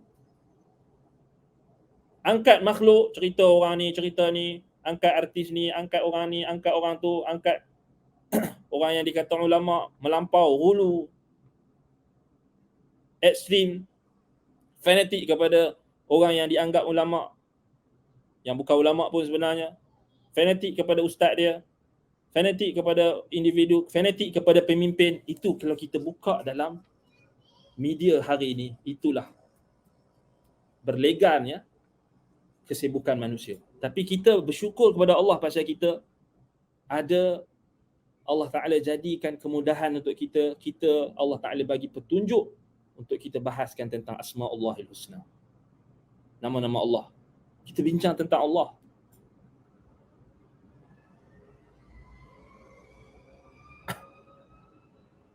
Sebab itu kita kata pengajian tentang tauhid, pengajian tentang akidah Antaranya tentang nama-nama Allah berdasarkan pemahaman ahli sunnati wal jamaah, berdasarkan Al-Quran dan sunnah, pemahaman salafus salih. Sangat-sangat penting zaman sekarang ni. Manusia berhajat untuk kenal Tuhan mereka. Sangat-sangat berhajat. Berbanding makan dan minum. Kita tahu ada orang yang dia Allah Ta'ala dah bagi segala-gala kemewahan. Akhir sekali dia kosong. Dia tetap kosong. Dia dah ada harta benda yang banyak. Dia dah jadi jutawan. Dia dah ada macam-macam. Semua benda yang dunia ni Allah bagi. Tapi dia masih kosong. Akhir sekali dia mencari Allah. Tetapi ada dua yang Allah jadikan. Antaranya al-idlal wal-hidayah. Al-dalal wal-hidayah. Kesesatan dan juga petunjuk. Kalau dia pilih jalan kesesatan dan dia sangka itu petunjuk, tidak ada yang boleh selamatkan dia. Tak boleh bagi petunjuk melainkan Allah. Itu yang kita takut. Orang yang dah ada macam-macam ni, akhir sekali dia nak kenal Tuhan, dia jumpa orang yang sesat. Jalan sesat ni banyak bagi gula-gula. Banyak bagi gula-gula ni maknanya banyak bagi fadilat-fadilat yang mengiurkan. Kamu ikut tarikat kami, confirm syurga. Kamu ikut Tok Syekh ni, kamu bai'ah ni, insya-Allah dapat syafaat. Macam orang Kristian kan. Indulgence, sukukul ghufran, jumpa dengan padri, okey, padri confirm kan boleh hapus dosa. Macam tu dah. Tapi kalau jumpa ulama yang sebenar, ustaz yang ahli sunnah, mana ustaz-ustaz ahli sunnah, ustaz-ustaz salafi, mana nak bagi confirmation untuk masuk syurga tu? Adakah ustaz yang sunnah ajar kami boleh bagi syafaat? Habib ni boleh bagi syafaat? Tak ada. Kita ajar orang buat beramal. Amal sendiri kena amal. Guru-guru kamu, ustaz kamu, isteri kamu, anak kamu tak boleh jamin kedudukan kamu di sisi Allah nanti. Tak boleh jamin kamu masuk syurga atau tak. Kamu sendiri yang kena beramal.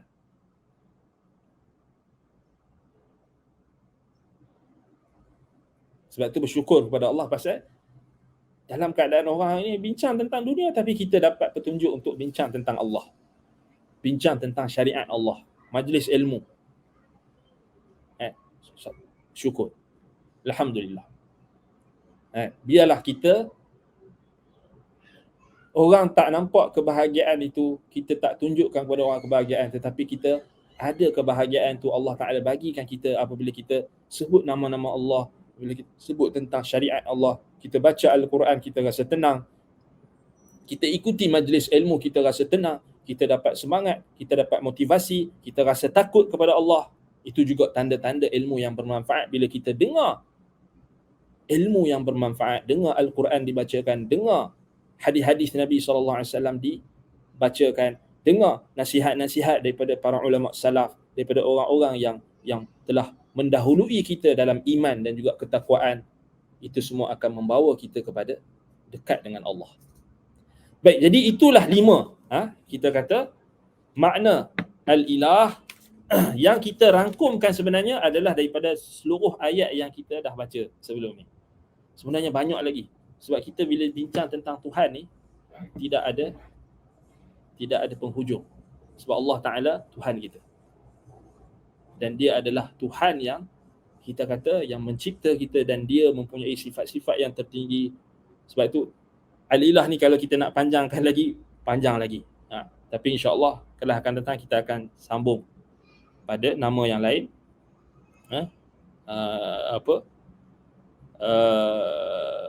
Jadi kesimpulannya di sini, al-ilah ni yang kita kena faham apa yang kita dah sebutkan. Yang terakhir itu adalah tuntutan. Mana apakah tuntutan kita beriman dengan nama Allah al-ilah? Tuntutannya tidak ada lain, tidak bukan kita wajib mentauhidkan Allah dan tidak mensyirikkan Allah dengan sesuatu apapun. Wajib kita belajar tentang tauhid.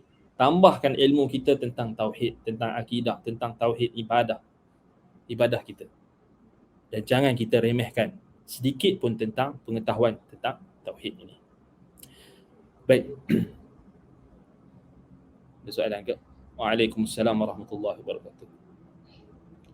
Ilah makna yang disembah, apa yang disembah selain Allah batin. Itu dalam ayat Quran yang kita bacakan tadi.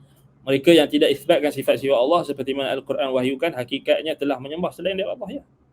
Orang yang tak isbatkan sifat Allah kan, maknanya yang Allah Ta'ala sendiri nak Allah kehendaki dalam Quran dan Sunnah. Dia tak mau, dia nak ikut akal dia. Dia nak ikut ilmu kalam, dia nak ikut falsafah, dia nak ikut batiniyah, dia nak ikut Jahmiyah punya style. Dia nak ikut Yahudi, dia nak ikut Sabaiyan. Dia nak ikut orang-orang yang sesat sebelum kita, Yahudi, Nasrani. Akhir sekali dia tak sembah Allah, dia sembah berhala, dia sembah macam-macam. Dia sembah diri dia sendiri. Ada tak sembah diri dia sendiri? Aku adalah aku, dia adalah aku. Itu yang jadi hakikat makrifat apa benda yang pelik-pelik tu. Last sekali Tuhan ada dalam diri aku, last sekali sembah diri sendiri. Wal'iyadzubillah. Betul lah tu, kan? Ni. Mama macam kami ya kan? Yang ada kat Sarawak, Sabah Sarawak, masya-Allah. Barakallahu fikum. Maknanya bermanfaat untuk kita sebarkan ilmu. Ilah sudut bahasa asal makna menyembah ilah sudut istilah syarak. Ni yang dicatatkan tadi.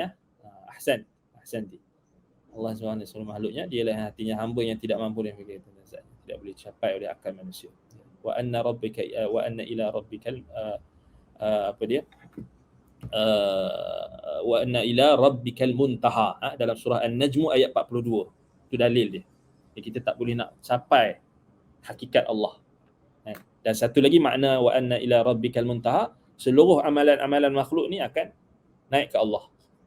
Akan tertumpu kepada Allah, Tuhan, Tuhan kita. Jadi apa kita nak buat kerana makhluk kan? Kalau kita faham ayat tu, kita buat amalan, kita tak terkesan dengan pujian makhluk, celaan manusia. Jadi kita terus fokus. Ibadat kita buat untuk Allah.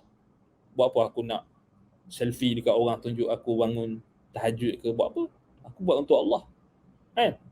Itu memberi kita motivasi untuk terus tauhidkan Allah, tak buat syirik. Kan? Aku pergi ibadat haji ni, aku bukan nak tunjuk-tunjuk kat orang, aku just nak bagi tahu dekat status, bagi tahu saya nak pergi haji, itu boleh lah kan. Tapi ni sampai ambil Facebook live berdoa depan Kaabah apa semua tu, tak diperintahkan oleh Allah. Kamu nak tunjuk kat siapa? Ibadat tu untuk Allah. Solat pun ambil gambar, ambil video, doa pun ambil video, itu dah jadi syirik, riak. Riak tu memperlihatkan amalan kepada selain Allah, kepada makhluk. Memperlihatkan. Riak lah. Riak syirik asghar. Terhapus amalan, terhapus pahala dekat tu. Amalan itu terhapus. Waalaikumsalam warahmatullahi wabarakatuh. Apa hukum gantung nama Allah dan nama Muhammad sama level pada dinding-dinding rumah, di rumah dan di masjid yang banyak dilakukan orang Islam sekarang? Bid'ah. Hukum ni bid'ah. Kalau nak kata harus, kena bagi tahu sebab apa harus. Sebab apa bid'ah? Sebab tak ditunjukkan oleh generasi yang terawal. Tak ditunjukkan oleh generasi yang terawal. Apatah lagi kalau zaman sekarang ni maknanya kesesatan tu banyak. Lalu kita normalisasikan perkara tersebut. Kan? Normalisasikan perkara tersebut atas nama seni Islam dan sebagainya. Itu kalau kamu nak ikut seni Islam ke apa, itu silakan. Itu kamu boleh kata harus. Tapi kita bukan nak, Islam ni bukan seni. Kan setengah orang dia kata ini takkanlah ni seni, kesenian apa semua, takkan nak letak terkosong saja, letaklah. Marahlah orang kalau kita kata bid'ah kan. Tak apa, kita kata kalau kamu nak kata itu harus, tapi kamu kena bagi alasan. Kenapa kamu letak hiasan? Adakah nama Allah dan nama Nabi Muhammad tu untuk dihias? Kamu tanya balik. Tapi hiasan sekadar untuk ingatan dan sebagainya. Macam tu kat Masjid Nabawi, kat masjid tu semua bid'ah lah. Ya, dia bid'ah yang boleh maksud bid'ah dari sudut dunia. Kan? Tapi ada juga boleh membawa kepada bid'ah dari sudut syar'i. Kan? Makna kita sebut bid'ah tak ditunjukkan oleh generasi salafus soleh. Mereka meletakkan gantung nama Allah dan nama Nabi Muhammad tu, dah lah letak sekali kan. Sebaris selevel pula. Itu memberikan pemahaman yang boleh membawa kepada pemahaman yang salah, bahkan boleh membawa kepada perkara yang dahsyat seperti kekufuran, menyamakan Allah dengan Nabi Muhammad pula. Tapi puak-puak wahdatul wujud dia tak apa masalah, tak ada masalah. Puak-puak bid'ah dia maknanya tak kiralah kalau kamu kata harus, kamu kena bawakan dalil. Kamu kena bawakan hujah. Kenapa kamu kata harus? Okey, selalunya orang kata harus sebab tak ada dalil yang melarang kan. Tapi orang yang kata bid'ah, orang yang kata tak boleh, kan? Maknanya benda tu tak diperintahkan lah. Dia orang pun ada hujah, ada alasan. Kan? Maknanya perkara itu tak ditunjukkan pada generasi salafus salih, generasi yang terawal. Tu lagi orang kata kita ni keras sangat kan. Kita tak boleh lah maknanya gantung semua. Dia kalau kita faham wasilah, kan? Benda tu sebagai wasilah untuk pengagungan kepada Allah, ada wajah. Kan? Kita tak nafikan ulama yang mengharuskan, yang kata benda tu harus. Tetapi kalau kita tengok, kalau letak nama Allah selevel dengan nama Nabi Muhammad, ada maksud tak?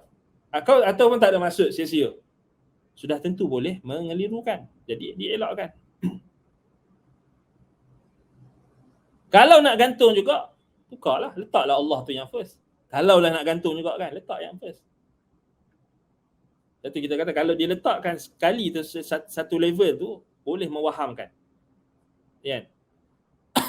Dengan adanya ajaran-ajaran sesat yang sekarang ni, maknanya kena hati-hati lah. Kita kalau kita kata bid'ah, marah lah kan. Masjid buat kot, takkan masjid sesat, takkan bid'ah. Tu Masjid Nabawi ada, boleh. Dia kata perbuatan pemerintah bukan dalil. Ni kita kena faham kaedah. Di Masjid Nabawi ke apa yang kita tengok tu, itu bukan perbuatan tu dilakukan oleh pemerintah. Kerajaan waktu tu, zaman Uthmaniyah apa semua diperbuat. Bangunan apa semua. Itu kita, Imam San'ani kata, hadza dualiyah, amrun dualiyah. Ini urusan pemerintahan, urusan kerajaan. Kita balik pada tu. Maknanya kalau masjid tu bawah, contohnya bawah pemerintah tetapkan macam tu, dia tanggunglah nanti. Kita tak bertanggungjawab. Maknanya dia kalau dia salah, dia bertanggungjawab. Rakyat tak bertanggungjawab. Ditanggung. Kalau berkata benda tu salah. Kalau kata benda tu betul, dia dapat pahala lah. Katakan wasilah untuk mengagungkan Allah. Kan? Jadi kita faham ada ulama yang kata harus tu pasal dia kata itu satu wasilah, maknanya kita kata untuk ingatkan manusia kepada Allah. Tapi masalahnya macam isu sekarang ni, dia letakkan Allah dengan Muhammad tu sama. Dengan ajaran-ajaran sesat pun banyak sekarang. Takkan kita tak ada langsung kita ada rasa ghirah, ada cemburu dengan Allah. Orang nak samakan Nabi Muhammad dengan Allah, takkan kita rasa tak apa. Dan di rumah kan, di rumah yang afdal, yang sebaiknya tak payah digantung apa-apa. Tapi orang sekarang ni pasal bisnes, ada orang tu jual, takkan kita tak beli kan. Tolong bisnes kawan kita ni, dia tulis khat cantik apa semua. Itu harus.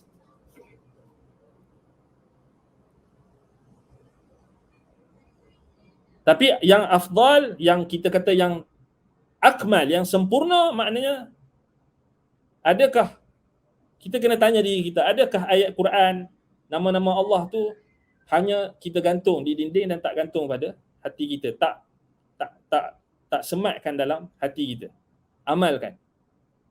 Satu yang sempurna sekali maknanya kita ikut Nabi Muhammad lah. Nabi Muhammad, ada tak riwayat Nabi Muhammad SAW di rumah Aisyah, di rumah isteri-isteri baginda, Nabi gantung nama Allah, nama Muhammad ke, nama Allah? Ada?